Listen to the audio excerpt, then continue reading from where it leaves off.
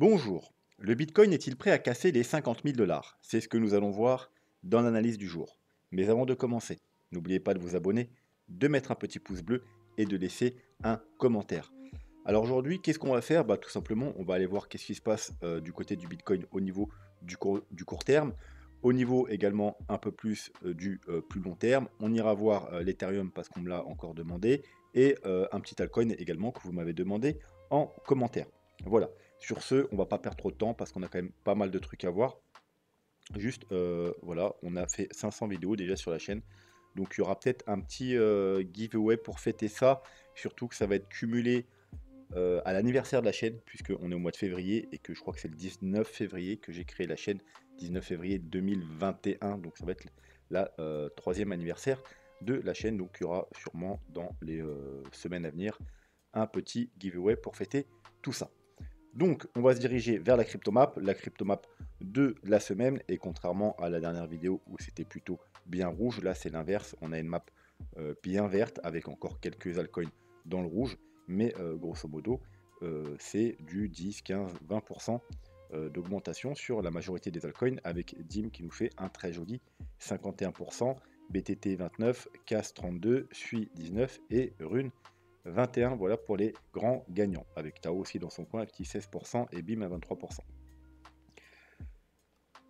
Ensuite, le portefeuille de la chaîne, 21 400 $, donc il a repris un petit peu de couleur, il était la dernière fois je crois à 19-20 000 $, voilà, donc là on est bien. Les grands gagnants de la semaine sont Coty avec plus 80%, et ça fait du bien parce que comme vous pouvez voir, sur le profit total c'est 104, donc si vous enlevez les 80% de cette semaine, il reste pas grand chose, hein. C'était un des altcoins qui avait le moins performé, donc il se rattrape un petit peu, c'est bien. DCLA 38, et c'est pareil, lui il était carrément en négatif, c'était une des trois cryptos qui était en négatif, je crois qu'il en reste plus que deux du coup, et Naka avec 33 et Torchen avec 21%. Donc les altcoins en négatif encore, j'ai pareil, ouais voilà, donc c'est Lux qui a moins 4% sur le total, et, et, et il me semblait qu'il y en avait un autre. Et Riff avec moins 11%. Donc ce serait bien d'aller voir, je pense que dans les prochaines vidéos, on ira faire un petit coup d'œil sur ce côté du côté des graphiques pour voir s'il y a quelque chose à récupérer, peut-être vu que c'est dans le portefeuille, c'est les seuls altcoins qui sont encore à des prix très bas, voir s'il y a peut-être moyen d'en rajouter un petit peu. Alors c'est pas parce qu'ils n'ont pas pris qu'ils vont forcément prendre, hein. Peut-être que aussi, il faut aller voir du côté du fondamental, voir si tout se passe bien, mais voilà, en tout cas, ce serait intéressant d'aller analyser ces deux petits altcoins qui ont encore pas du tout performé. Le dollar, on va pas s'attarder dessus aujourd'hui, tout simplement parce que parce qu'il n'y a pas de grand changement depuis la dernière vidéo, hein, et on a déjà fait une analyse plutôt complète dans la dernière vidéo, donc je vous invite à aller la voir. D'ailleurs, hop, elle est là. Voilà, donc c'est au tout début, hein, à chaque fois c'est au tout début de vidéo, à partir de 2 minutes. Donc allez voir si vous voulez une analyse sur le dollar, où je vous donne les différents scénarios possibles et les conséquences, bien entendu, sur le Bitcoin. J'en profite que je suis sur cette page pour vous dire d'aller jeter un œil également aux vidéos à voir absolument. Donc tuto vague d'Elliott en priorité, puisque pratiquement dans toutes les analyses, je parle d'héliotisme, et si vous n'avez pas un minimum de notions, vous ne pourrez pas bien comprendre ce que je raconte. Donc allez voir le petit tuto qui est très clair, compréhensible par tout le monde, et vous pouvez également aller voir les autres vidéos si ça vous intéresse. Et si vous voulez soutenir la chaîne, vous pouvez bien évidemment utiliser les liens d'affiliation. C'est toutes les plateformes que j'utilise pour trader et pour investir. Et vous avez même une plateforme sur les marchés traditionnels, Trade Republic, qui est pour moi une des meilleures plateformes pour l'investissement. Alors contrairement à son nom, c'est juste l'investissement, on ne peut pas trader sur Trade Republic. Voilà, donc le dollar, on va pas s'attarder dessus, mais par contre, on va aller parler rapidement du SP500. Donc le SP500, on a cassé les derniers tops, hein, du mois de janvier, donc on a fait des nouveaux plus hauts. Et c'est là que ça devient inquiétant. Pourquoi? Puisque tout simplement, rappelez-vous ce que je vous avais dit. Alors, j'ai pas la vidéo justement dans les liens en dessous. Il faudrait que je la retrouve, ou alors j'en ferai une autre, hein. Peut-être je ferai un update. Mais rappelez-vous ce que je vous ai dit il y a quelques mois ou il y a un an, ou je sais plus quand, j'avais fait une vidéo dédiée spéciale au SP500 et au pivot de la Fed.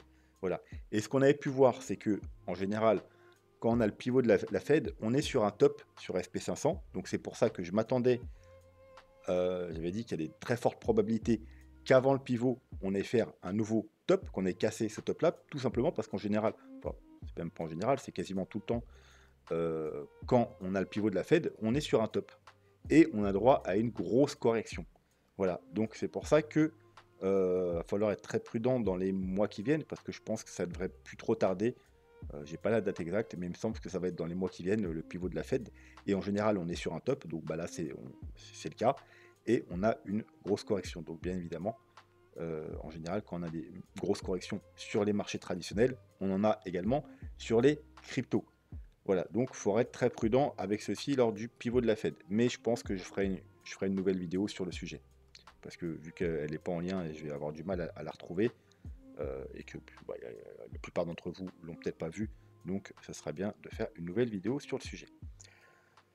Le Bitcoin court terme. Donc, qu'est-ce qu'on a? On a trouvé un bottom ici, on a acheté le bottom, on a pris des trades ici, on a pour les retardataires, on avait encore un moyen de trade ici sur la consolidation en triangle, donc j'ai repris également un trade ici. On est venu chercher la zone de rechargement de short, on l'a même cassé, donc c'est la zone de rechargement de short du mouvement baissier, hein, bien entendu, qui avait débuté au mois de janvier. Donc techniquement, on est censé aller faire des nouveaux plus hauts, enfin statistiquement, on est censé aller faire des nouveaux plus hauts, on verra ça après avec les plans Elliott Wave. Et là, pour l'instant, eh bien, vu qu'on a cassé, je vous rappelle, on avait aussi l'ancien canal ici que j'ai laissé pour l'instant, puisque pour l'instant, voilà, tant qu'on on n'est pas venu casser ce niveau-là, je laisse ce canal. On a cassé le bas, et là, on est en train de travailler la médiane du canal, qui est un niveau également extrêmement important, comme vous pouvez le voir, un café pendant plusieurs mois, support et résistance. Donc voilà, pour l'instant, il y a un petit rejet, rien de grave. Par contre, bien entendu, pour ceux qui sont en trade, faut prendre un TP. Moi, j'ai déjà pris mon TP, hein, je vous l'avais tweeté. Quand on se rapprochait déjà, je vous avais dit, le premier TP à prendre, c'était dans cette zone-là, aux alentours des 45 000 $. Un TP1, hein, pour ceux qui ont pris un trade ici. Pour les ici, on verra après. Mais voilà, donc moi, j'ai ouvert mon trade à 42 900 $. Voilà, et j'avais dit, tout simplement, on approche d'une zone de TP1. Donc, j'ai pris mon TP1 dans cette zone-là, aux alentours des 45 000 $ pour ce trade-là. Et j'ai pris un TP2 juste avant de faire la vidéo aux 47 200 $. Pourquoi? Parce qu'on approchait du top et on est également sur la médiane. Voilà, donc petit TP2 et TP3. Eh bien, je ne vais pas prendre de TP3, je vais monter mon stop ensuite. Ou alors je prendrai peut-être un TP3 ici, je ne sais pas encore, je n'ai pas réfléchi. Mais voilà, de toute façon, c'est un trade court terme, celui-ci, hein, pour moi. Après, vous, je ne sais pas ce que vous faites, mais moi, ce trade-là, c'est un trade court terme, hein. C'est comme ici, rappelez-vous, j'avais ouvert deux trades, un trade court terme que j'ai clôturé ici, dans la consolidation. Et du coup, j'ai repris un trade court terme, hein. Donc j'ai bien eu ce mouvement, et j'ai bien eu ce mouvement, et je suis encore dans tout ce mouvement. Donc voilà, donc moi, ça ne me pose pas de problème de prendre des profits. C'est jamais une mauvaise chose de prendre des profits, surtout si c'est votre stratégie. Moi, ma stratégie, c'était de prendre un TP1 ici, un TP2 vers le dernier sommet, et le TP3, j'avoue, j'ai pas encore réfléchi, mais possibilité ici. Pourquoi? Tout simplement parce que on a le dernier top, hein, la mèche ici, et vous voyez que c'est en confluence également avec le haut du canal. Donc on a une petite confluence ici vers les 49 000 $. Donc je clôturerai peut-être ce trade court terme ici, si on y va, hein. C'est pas sûr, hein, peut-être qu'on va être rejeté d'ici, mais je clôturerai probablement le trade court terme ici. Et en ce qui concerne le trade long terme, bien évidemment, on jouait le bottom, c'est-à-dire aller faire des nouveaux plus hauts. Mais ceux qui ont pris ce trade et qui n'ont pas encore pris de TP, je vous invite quand même à prendre un TP1 ici. Moi, c'est ce que je vais faire également, tout simplement parce que on joue d'aller faire des plus hauts, mais quand on arrive sur un double top, eh bien, on est censé prendre au moins un TP1 avant de partir beaucoup plus haut, puisque voilà, c'est le premier niveau important, parce que de temps en temps on fait des doubles top et on corrige, ou on va légèrement plus haut et on redescend. Donc voilà, c'est le bon moment pour prendre un TP1 si on y va, pour ceux qui ont pris un trade ici, et bien entendu également pour ceux qui ont pris un trade ici. Voilà, donc au niveau court terme, on va juste, c'est pas le moment de faire des achats, bien entendu, en tout cas sur le Bitcoin, hein, puisque vous voyez que en 4 heures, on n'a que des belles bougies vertes, donc maintenant, c'est surtout pas le moment d'acheter. On arrive sur des niveaux en théorie de résistance, Donc c'est plutôt le moment de prendre des TP. Bien entendu, ça peut être différent sur certains altcoins, mais sur le Bitcoin, voilà. C'est pas le moment de faire des achats ni court terme, ni de prendre des trades en longue, hein, du moins peut-être chercher des shorts, mais encore, c'est pas conseillé puisqu'on est quand même relativement bullish, sauf si vous avez vraiment un plan qui vous dit de prendre un short sur certaines zones. Et en ce qui concerne les investisseurs, bah, j'en parle pas beaucoup en ce moment, tout simplement parce que pour moi, c'est plus le moment de rentrer en investissement, du moins sur le Bitcoin, tout simplement parce qu'on arrive vers les 50 000 dollars. Les objectifs du bull run, on va dire, en tapant large, ils vont être entre les 80 et les 150 000 dollars. Donc, mettons 100 000 dollars. Donc, prendre des risques dans les cryptos pour faire un petit x2, et encore, ça, si vous vendez le top du marché, hein, si vous êtes débutant, ce qui n'est pas du tout sûr. Bien entendu, en suivant ma chaîne, vous augmentez grandement les probabilités de sortir près du top. Mais voilà, rentrer dans les cryptos pour faire un x2, c'est pas, je pense pas que c'est l'objectif. Donc, rentrer sur l'investissement sur le Bitcoin maintenant, voilà, je trouve ça pas très, je vais pas dire intelligent, mais opportun. Enfin, je sais pas, j'ai pas le mot, mais voilà, c'est pas la meilleure idée de rentrer sur le Bitcoin, l'investissement aux 50 000 dollars. Voilà. Par contre, il y a des altcoins, effectivement, c'est encore intéressant. Quoi qu'il en soit, on va passer sur le graphique un peu plus long terme. Donc, bien entendu, on est bientôt en train de revenir tester aux 49 000 dollars le bas de la zone de rechargement de short. Et là, on parle bien de la vraie zone de rechargement de short. Donc, c'est de toute la baisse qu'on a eue dans le bear market. Voilà, la zone de rechargement de short du bear market. Donc, entre les 49 000 et les 57 400 dollars. Donc, bien évidemment, si on casse cette zone-là, donc les 49 000, le prochain objectif, ce sera cette zone-là, aux alentours des 58-60. Pourquoi? Déjà, on a le haut de la zone de rechargement de short, mais qui sera cumulé à cette grosse ligne blanche. C'est quoi? C'est tout simplement le niveau mensuel. Puisque vous voyez qu'en mensuel, on n'a pas réussi à clôturer vraiment au-dessus des 60 000 dollars. On a fait une toute petite mèche ici, une mèche ici, là très légèrement clôturé au-dessus, mais vraiment léger. On appelle ça des mèches, puis là encore on est venu bloquer ici. Donc c'est vraiment un niveau très important qui ne va pas être facile à passer. Donc on casse ce niveau. Ici, voilà, ce sera peut-être le moment, peut-être pré-halving. Souvent on a une correction pré-halving ou pendant le halving ou juste après.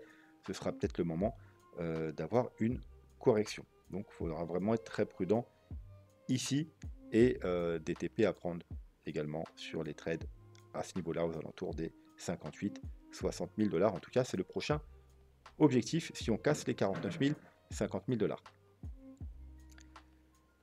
En ce qui concerne les indicateurs, on ne va pas aller voir beaucoup d'indicateurs aujourd'hui, simplement parce que ça n'a pas changé, ils sont toujours bullish. Donc, j'ai été voir en weekly, il n'y a rien de nouveau. Donc, on ne va pas vraiment s'attarder dessus. Alors, bien évidemment, ouais, on va passer en weekly. On a cassé le range, hein, voilà, le range qui traînait depuis le mois de décembre, hein, on l'a cassé à la hausse. Hein, donc voilà, tout va bien pour ça. Alors, je vous mets les moyennes mobiles, mais non, on ne va pas aller voir les moyennes mobiles du tout aujourd'hui. On va juste aller voir le MACD. Donc le MACD, comme on avait vu, tant qu'on ne casse pas ce niveau-là, hein, donc le bas du range, les 40 000 dollars en clôture, et qu'on n'a pas une confirmation du MACD, il ne faut pas s'attendre à une correction plus importante. Voilà, donc on n'a effectivement pas, on n'est pas passé bearish sur le MACD, il n'y a pas eu de croisement bearish.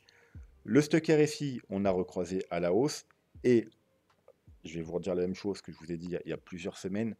Moi, je m'attends à quelque chose un peu comme ça, vous voyez, une sorte de W dans la zone de surachat avant une correction. Voilà, donc là, on a fait le premier ici, on est venu ici, et je m'attends à un deuxième W, potentiellement même avec une divergence. Ça veut dire qu'on ira soit au même niveau ou soit un peu plus bas ici. Et voilà, ça nous formera un vilain M pour ensuite avoir une correction plus importante que celle-ci pour décharger, tout simplement pour décharger, voilà, pour revenir un peu plus bas, pour ensuite avoir de la marge, pour avoir une vraie grosse jambe haussière, pour aller casser les plus hauts. Je pense qu'il va falloir décharger avant. Mais pour l'instant, bien effectivement, eh bien, on est toujours bullish. Donc ensuite, qu'est-ce que je voulais voir? un indicateur qu'on n'a pas vu depuis longtemps. Si je le retrouve, parce que j'ai plus le nom en tête. Ok, c'est celui-ci, mais en 2 semaines. On va s'enlever le graphique. Non, d'ailleurs, il va réapparaître. Donc, hop, on dézoome, on dézoome, on dézoome. On va se mettre une petite ligne ici et ouais, on range, c'est très bien. Donc, on a ici une ligne et on peut voir que bah, c'est vraiment le haut, hein, on est proche des 100. Et à chaque fois qu'on vient taper cette ligne, vous voyez ici, bah, c'était le top d'un bull run et puis après on a eu un bear market.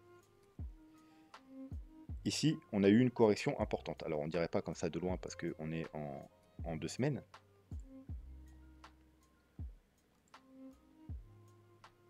Hop, mais vous voyez, c'est quand même une correction de 53%. Donc on a une correction importante. Hop, j'ai fait une bêtise là. Ici, on est revenu taper, on a encore eu une correction importante. Ici, on est venu taper, bah, c'était la fin du bull run, bear market, donc correction importante. Ici, on est venu taper, on a eu une petite correction. Alors je dis petite, hein, mais encore une fois, il faut que je vérifie.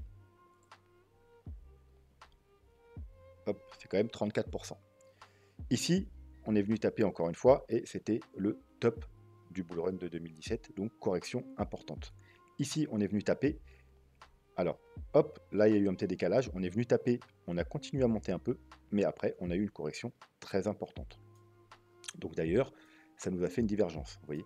On est venu taper là, on a fait un plus haut, et puis là, on a fait un plus bas, on a commencé à chuter. Voilà, ça nous disait attention, on continue à monter, mais on commence à chuter, on a une divergence, donc voilà, on va probablement quand même trouver un top dans pas longtemps. Ici, pareil, exactement pareil. On est venu taper, hop, on a eu encore un petit mouvement haussier, divergence, vous voyez, on descend et là on continue à monter et on a eu une correction importante. Et voilà, une nouvelle fois, on arrive sur ce niveau. On arrive sur ce niveau et on a tapé ici et on continue un peu à monter, donc comme les 2 fois précédentes. Et pour l'instant, il n'y a pas de divergence, c'est à plat. Voilà. Mais si on continue à monter et qu'on s'aperçoit que bah, ça commence à descendre, donc à diverger, on continue à monter alors que là, on descend, on sera probablement comme ici ou comme ici, ça veut dire, eh bien, comme les fois précédentes où on n'a pas divergé, on est directement chuté, eh bien, on aura probablement droit à une correction importante de l'ordre de, donc on avait vu, hein, il y avait du 50, 60, 30, j'ai pas vu, je crois pas que j'ai pas vu la dernière correction. Euh, voilà, 54%, et celle d'avant, celle-là, voilà. Je vais pas prendre en compte le Covid, hein. Je vais prendre juste la correction ici, hein, parce que voilà, c'est exceptionnel, mais voilà, la première correction qui avait rien à voir avec le Covid, c'était encore 50%. Donc vous voyez qu'on a des corrections à chaque fois qu'on atteint cette zone, soit directement, soit un peu après des divergences, de l'ordre de 30 à 50%.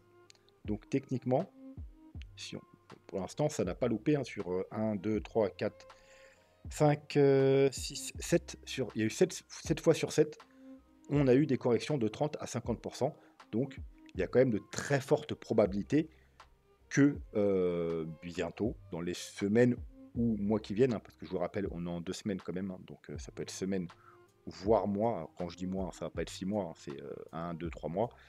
Je m'attends plus, je penserais plutôt que ce serait dans les semaines à venir quand même. Et bien qu'on a une correction de 30 à 50%. Hein, pourquoi pas après être venu chercher justement ce gros niveau aux alentours des 58, 60 000 dollars. Oui, c'est bien ça. Ou on pourrait très bien aussi bloquer tout de suite, hein, aux 49 000 dollars, bien évidemment. Mais en tout cas, il faudrait être très prudent. Hein. Si on commence à voir que ça continue à monter et que là, on commence à chuter, on diverge, attention, voilà, prenez des profits si vous êtes en trade. Ceux qui veulent shorter, surveiller pour voir s'il n'y a pas des petits setups de short à prendre, mais en tout cas, il faudra s'attendre à une correction importante. Voilà, donc pour les indicateurs, il me semble que c'est tout ce que je voulais voir aujourd'hui. Je vais vérifier quand même, mais ouais, c'est tout ce que je voulais voir aujourd'hui. Donc, on va plutôt passer un petit peu de temps sur les plans des vagues d'Elliott. Donc, premier plan, c'est pas mon plan favori, mais il existe, donc on va en parler. Donc, peu importe le plan, c'est tous des plans bullish, hein. Les plans bearish, on va pas les voir tant qu'on n'a pas des signaux bearish, donc plan bullish. On a trouvé un bottom en novembre 2022 et on est parti pour un nouveau bull run. Un bull run qui doit se faire en 5 vagues, parce que c'est comme ça que fonctionnent les vagues d'Elliott. Les tendances haussières se font en 5 vagues. Donc on a les 5 vagues en blanc, 1, 2, la grosse correction, là, la consolidation, c'était une vague 2. Là, on est dans une vague 3. Ensuite, on aura une vague 4 et une vague 5 pour terminer le bull run. Cette vague 3 doit se diviser également en 5 vagues. Donc, dans ce plan-là, on a une première vague, une vague 2 qui est soit terminée ici, soit déjà, qui s'est déjà terminée ici, soit déjà terminée ici, soit qui n'est pas encore terminée. Et ensuite, on aura 3, 4, 5. Bref. Du coup, hop, on va décaler ça. La vague 2 terminée ici. Donc, on n'a pas atteint les targets statistiques les plus probables, c'est-à-dire les retracements de Fibonacci 0,5 à 0,618. On s'est arrêté au 0,382. Donc, en bull run, comme je vous le dis souvent, ça arrive relativement souvent que les corrections de vague 2 soient beaucoup plus faibles que prévu. Ce qui me dérange par contre, c'est pas qu'on ait seulement atteint les 0,382, c'est que c'est assez rapide. Comme vous pouvez voir, c'est assez rapide dans Weekly. La correction s'est fait assez rapidement. Si vous voulez, on a corrigé 147 jours de hausse en à peine 2 semaines. Voilà. Donc c'est un peu rapide. C'est un peu rapide. Comme vous pouvez voir ici, par exemple, une correction de 140 jours. Donc vous voyez que c'est la même chose, c'est le même temps qu'on a mis pour monter de là à là, à là, à là. Sauf que là, on n'a pas mis 2 semaines à corriger, on a mis 126 jours. Et même si on aurait une correction plus courte, par exemple, on se serait arrêté là, on aurait bottom ici, on aurait corrigé, vous voyez, de 63 jours. Vous voyez, ça aurait été une correction suffisante. Là, ça me semble rapide. Alors c'est possible, c'est possible, mais voilà, ça me dérange un peu. C'est entre guillemets, pour ça aussi que j'aime pas trop ce scénario. Il y a également la possibilité, bien entendu, que cette vague-là ne soit pas finie. Ne soit pas finie et qu'on soit dans une ABC. On a fait une A, là on est dans une B, et là on est dans une C. Donc on va aller en daily. Donc là, il y a un petit trait rouge. Donc on a dépassé le petit trait rouge. Alors du coup, je vais essayer de refaire les trucs précisément, parce que je les avais fait à l'arrache. Hop, et hop. Ok, donc mon trait rouge est plutôt bien placé. Donc techniquement, vous voyez qu'on a dépassé les 0,9. Donc quand on dépasse les 0,9, eh bien on n'est plus dans une correction classique, c'est-à-dire une WXY ou une ABC zigzag, on est dans une flat. Voilà, tout simplement. Donc dans une flat, alors, là on a atteint 0,90, donc c'est prudence qu'on atteint les 0,90 parce que c'est une flat. Vous voyez qu'on a fait 1, 2, 3, donc 3 mouvements. Une flat, c'est 1, 2, 3, donc parfait, 1, 2, 3, et puis ensuite 1, 2, 3, 4, 5. Voilà. Bien entendu, une flat peut aller plus haut. Elle peut également aller au 1, donc le 1, c'est le double top. Et également, les derniers objectifs, c'est les 1,13, 1,61,8. Donc, pour annuler ce scénario de aller faire une nouvelle jambe baissière, pour aller rechercher, alors je vous rappelle les targets 33 000, 36 000, eh bien, il ne faut pas casser les... Alors là, je vais changer un peu de graphique. Les 51 000 $. 51 400 $. Alors, arrondissons 52 000 $. Voilà, si on casse les 52 000 $, eh bien, d'ailleurs, c'est un peu le niveau qu'on avait vu. Je ne sais plus quand est-ce qu'on l'avait vu. Hop. Ou peut-être pas encore. Bref, si on casse les 52 000 $, ce scénario-là, d'une ABC en flat, est annulé. Et donc, pour ce plan, je précise, le seul scénario qui restera, même si, voilà, j'aime pas trop, eh bien, ce soit que cette vague-là soit déjà terminée et que là, on soit dans une, tout simplement, pas dans une ABC corrective, mais qu'on soit tout simplement dans une vague 1, une vague 2, puis là on est dans une 3, puis après on aura une 4 et une 5. Voilà, tout simplement pour continuer le graphique. Donc ça, c'est le premier scénario. Donc qui nous dit d'être prudent sur ces niveaux-là, justement, et sur ces niveaux-là. Et ensuite, si on casse ça, eh bien c'est bon, ce scénario-là est validé et on peut continuer. Maintenant, il y a le deuxième scénario, celui que je préfère. Bon, c'est un peu confus là, je vous accorde, parce que j'ai rajouté plein de petits trucs. Mais voilà, je vais décortiquer tout ça. Donc, de base, hein, c'est le même scénario global. C'est-à-dire qu'on a un bottom là, on a une première vague 1, une première vague 2. Pour l'instant, c'est la même chose. Une vague 3, 4, 5. Pour finir le bull run, c'est la même chose. La différence est que, voilà, là, on est plus avancé dans la vague 3. On a déjà fait 1, 2, 3, 4. La correction qu'on a eue là, c'est 4. Et là, contrairement à une correction de vague 2, on est venu parfaitement rechercher la target, hein, qui est le rectangle vert ici. Vous voyez, on est parfaitement venu chercher la target. Et là, on est dans une vague 5, c'est-à-dire dans la dernière sous-vague pour finir cette vague 3. Et ensuite, on aura une vague 4 et une vague 5. Donc, bien évidemment, ce scénario est moins bullish que l'autre, puisqu'il va du coup se finir. On est déjà plus avancé dans la vague 3, donc il va se finir quelques mois avant l'autre, et forcément les targets seront un peu moins importantes. Hein. Pareil, j'ai déjà défini dans la vidéo précédente, donc allez voir si ça vous intéresse, les targets pour ce scénario et les targets pour ce scénario. On les a vus dans la dernière vidéo, si je ne me trompe pas. Donc, maintenant, on va aller un peu plus près, parce que voilà. Donc, 1, 2, 3, 4, 5. Donc, du coup, on serait dans la dernière vague, et bien, du coup, hop, on peut commencer à décompter la dernière vague. On a fait une vague 1, une vague 2. On est dans une vague 3. Donc, terminé où on va aller rechercher un peu plus haut, une vague 4 et une vague 5. Donc, j'ai déjà mis des objectifs. Donc, comme vous pouvez voir, bon, là, c'est la zone de rechargement de short. Toujours, bien entendu, être vigilant sur les niveaux de la zone de rechargement de short. Et alors, je vais l'enlever pour l'instant. On la connaît. Je vais l'enlever pour l'instant pour essayer de soulager un peu le graphique. Il y a le grand rectangle blanc. Qu'est-ce que le grand rectangle blanc? Je l'ai mis en blanc simplement pour correspondre avec les lignes blanches. C'est-à-dire, c'est les objectifs tout simplement de la vague 3. Donc là, on a les 1,61,8 qui sont 50 000 $. Et les 65 000 $, donc les 2,61,8. Ensuite, on a des petits traits bleus, c'est tout simplement les objectifs des sous-vagues en bleu. Voilà. Donc, premier objectif, bien entendu, les 50 000 $. Deuxième objectif,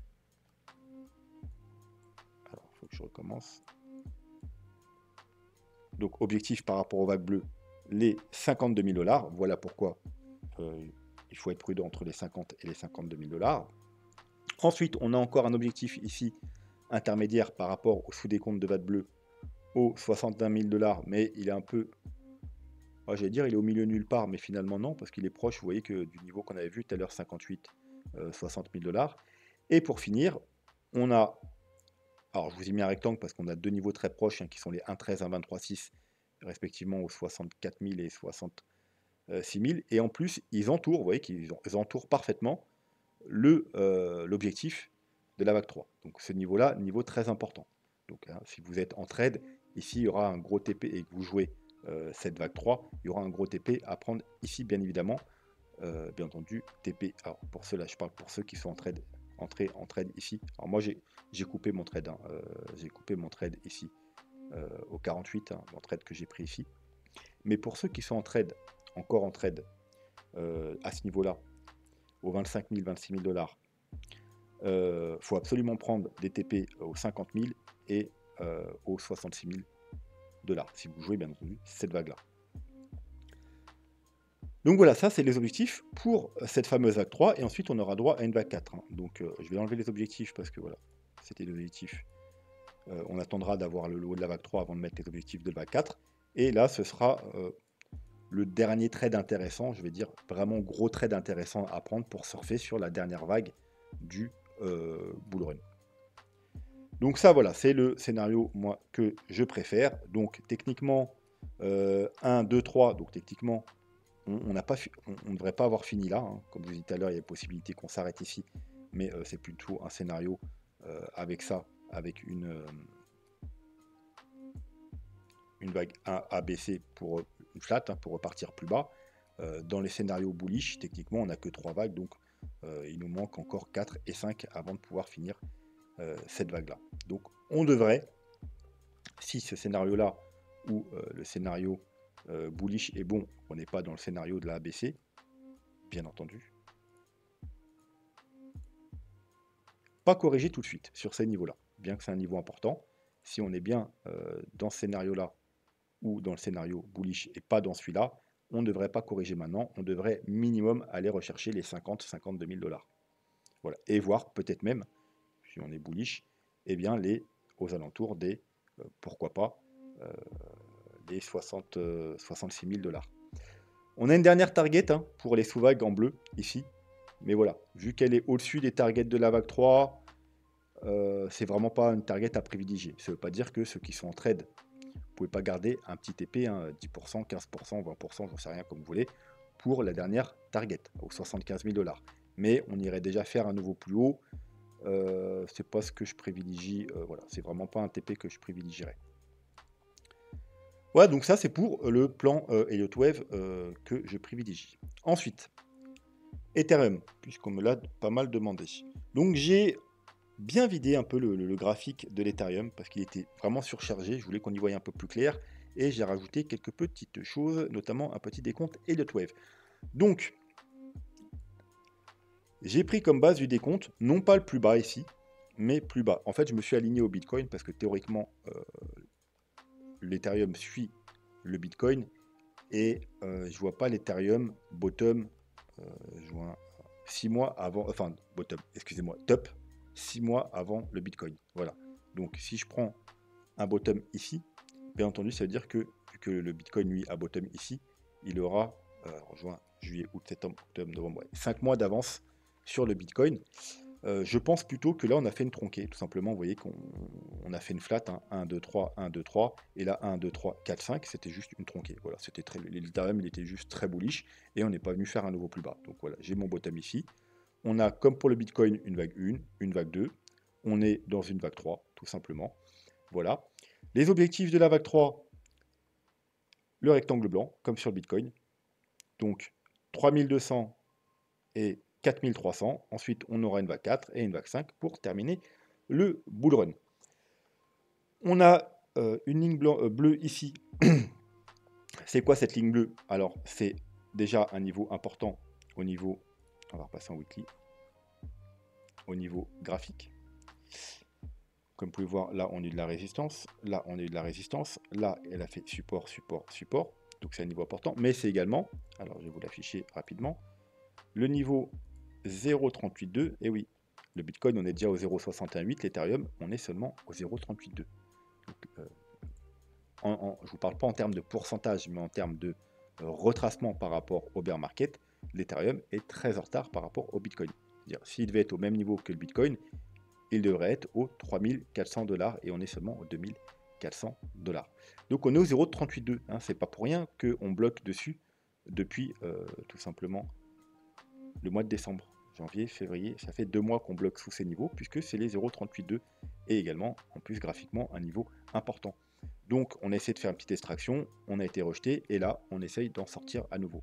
Voilà, alors si bien entendu on a une clôture techniquement, eh bien pour ceux qui veulent soit de l'investissement, si vous n'êtes toujours pas dans l'Ethereum ou pour tenter un trade, ça peut être un bon niveau. Alors moi je ne le prendrai pas, hein, tout simplement parce que j'ai déjà pris mes trades au bon moment, notamment, je ne sais plus c'est lequel des derniers trades qu'on a pris sur l'Ethereum. Oui, bien entendu, on l'a pris là, mais je crois qu'on en avait repris un autre il y a un peu moins longtemps.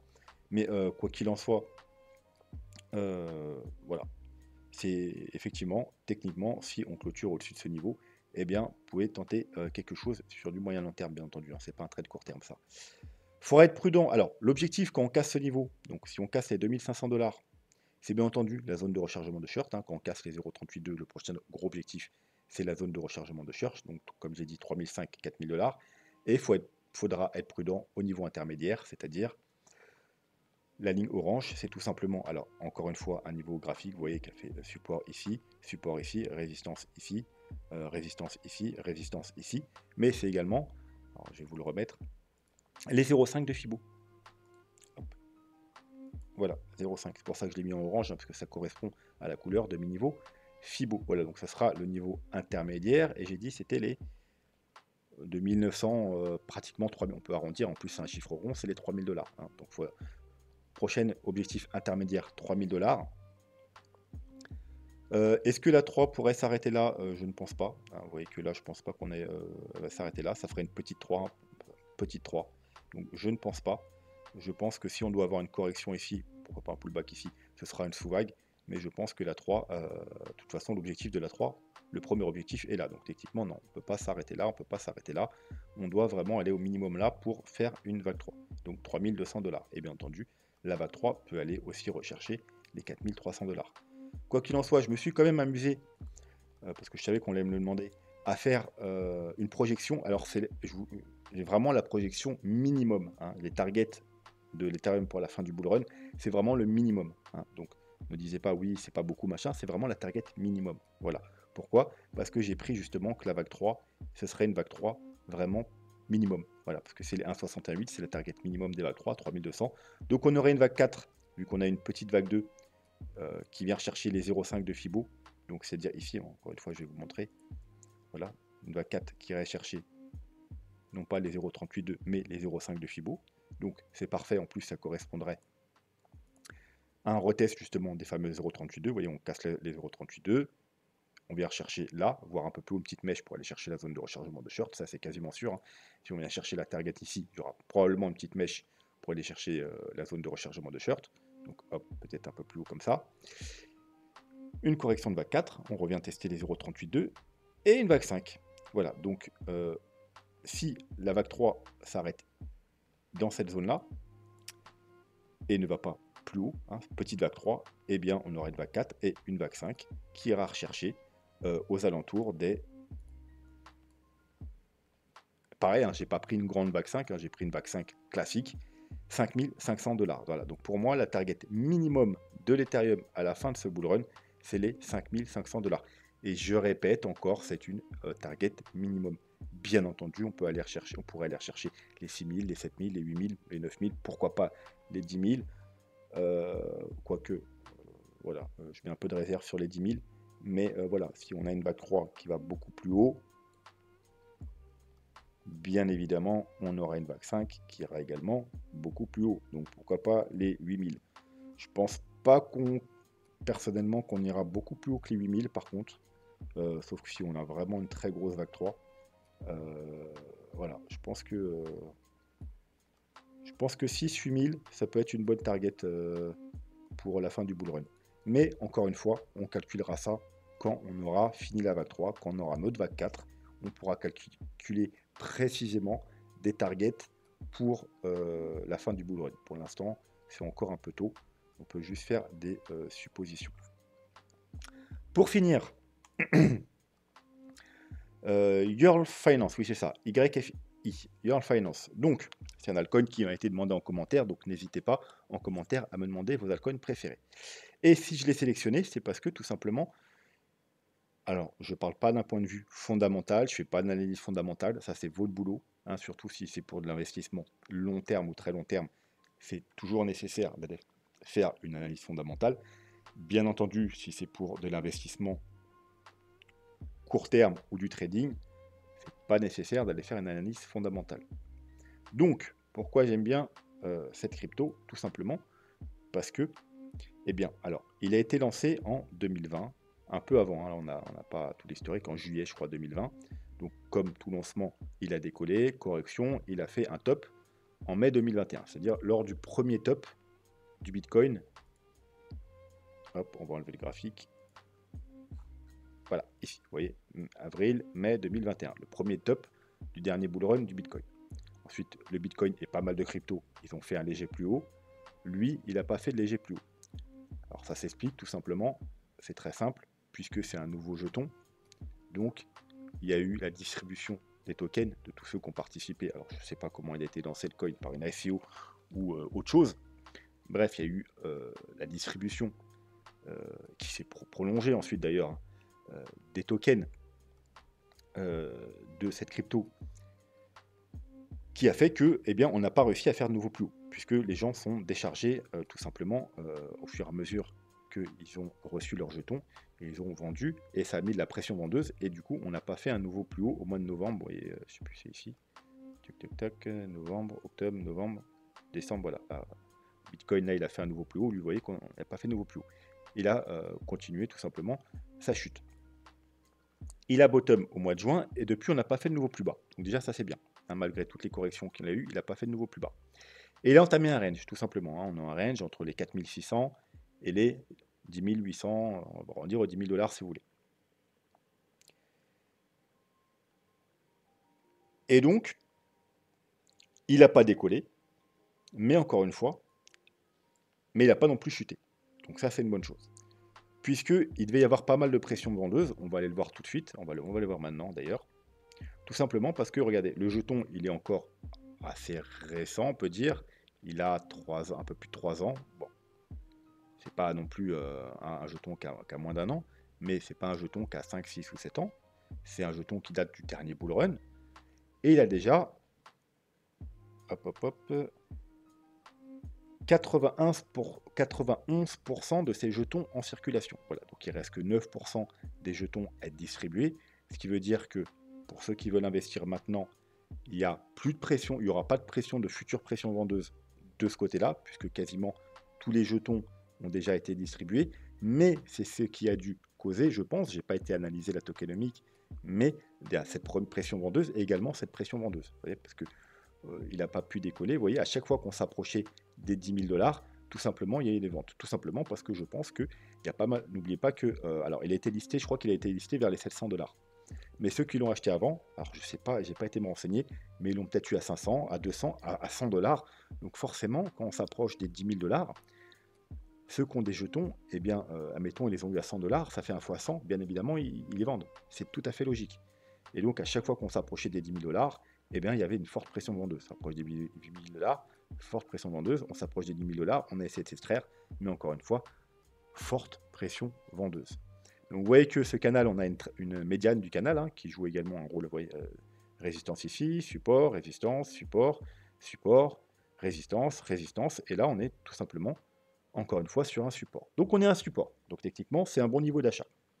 Après, un fake out, on est venu bien vider, correction. Là, on stabilise depuis le mois de janvier, depuis plus d'un mois sur ce support. Donc, on est sur un niveau d'achat. On va dézoomer un petit peu, enfin zoomer un petit peu. Ce qu'on peut voir, c'est qu'on a une petite trendline court terme. Donc, on est en train d'essayer de casser. Vous voyez, si on clôture dans 1 ou 2 jours ici, on aura validé la cassure de cette trendline. Peut-être que la correction est terminée. Et on a également un petit niveau horizontal ici, vous voyez. On a des mèches, mais les clôtures, on passe pas. Donc là, pas mal. Hein. 1 jour, 2 jours, 3 jours, 4 jours, 5 jours, 6 jours, 7 jours, boum, rebond. On est venu encore une fois, 2 fois, 3 fois, 4 fois, on casse, et ensuite, résistance, résistance, résistance, résistance, et là, on est encore dessus. Donc c'est les 7300 $. Donc, si ce jeton vous intéresse, si cette crypto vous intéresse, eh bien, déjà, graphiquement, il est propre. Hein. C'est un peu comme, alors je vais peut-être encore dire des conneries, c'est Link qui nous a fait un range comme ça pendant plus d'un an. Alors si je me trompe, dites-le moi en commentaire, mais c'est pas grave. Bref, je m'étais trompé dans la dernière vidéo, peut-être que là je vais pas me tromper. Donc c'est le même principe. Bien évidemment, alors, hein, il y en a qui vont décider d'attendre la cassure ici pour entrer à l'achat, la cassure du range, ce qui n'est pas une mauvaise chose, hein, bien entendu. Mais c'est un peu dommage parce que vous voyez que là, on est quand même sur un niveau important vu que c'est la médiane. On a une mèche basse ici, donc on peut même mettre un stop, vous voyez, sous la mèche ici, qui nous coûterait relativement peu cher par rapport, bien entendu, même si on vise que le haut, ça fait quand même plus de 50% à prendre, hein. On peut même y avoir un trade. Hein. Alors là, je parle d'ailleurs, ceux qui veulent trader, il y a un très bon trade à prendre, hein, comme je vous ai dit, sur le court terme.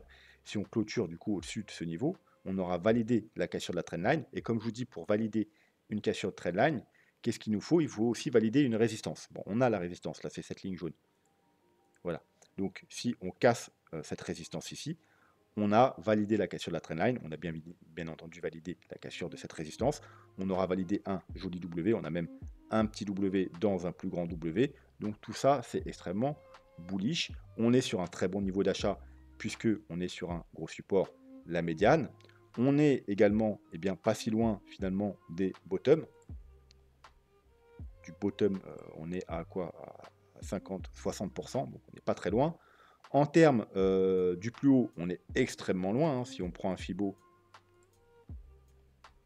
Voilà, si je mets pas en logarithmique, vous voyez, c'est-à-dire comme le Bitcoin il est là, voilà, l'Ethereum il est là au 0,382 et là on est rien. Donc voilà, pour pouvoir avoir des niveaux, il faudrait que je le passe en logarithmique. Voilà, et même en logarithmique, vous voyez que là on est venu chercher 0,382 d'ailleurs qui ont fait rejet, 0,382 qui ont fait rejet, et on est même en dessous des 0,236, même en logarithmique. Donc on est très bas, bien évidemment. Il y a pour aller rejoindre les plus hauts, juste il y a déjà 1200%. Bien entendu, si le projet est intéressant, techniquement, on est censé aller faire des nouveaux plus hauts. Voilà. Donc, bien évidemment, ce jeton a une marge de progression énorme. Il est sur des niveaux intéressants. Au niveau du court terme, on est parfaitement sur un petit setup intéressant à prendre en termes de trading, qui peut être joué également pour les investisseurs, bien entendu. Pour les traders, stop soit sous ce niveau-là, soit à ce niveau-là. Mais si c'est un trader court terme, là, ça fait un peu beaucoup le stop. Hein. Ça, c'est plus pour des traders long terme, des swing traders ou des investisseurs. Mais déjà, voilà, trade à prendre à la cassure ici, un stop ici, et vous êtes bien. Ça vous donne un stop, alors, hop, de 5%. Mais comme je vous ai dit, juste la première target, bien évidemment, c'est le haut du canal. Donc ça vous fait déjà 50%. C'est déjà à fois 10. Et bien évidemment, ensuite, on peut jouer la cassure du canal. Quoi d'autre à dire? Il est disponible sur toutes les plateformes, hein, voilà, toutes. Il y a Binance, Coinbase, Kraken, et il y a 18 pages. Donc, à mon avis, il est disponible sur 80%, 90% des plateformes. Il est 190 au market cap, hein, donc c'est pas non plus le shitcoin T3 ou 400.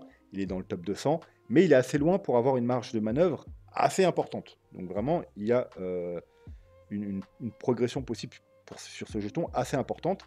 Et comme je vous ai dit, il a 91% des tokens en circulation.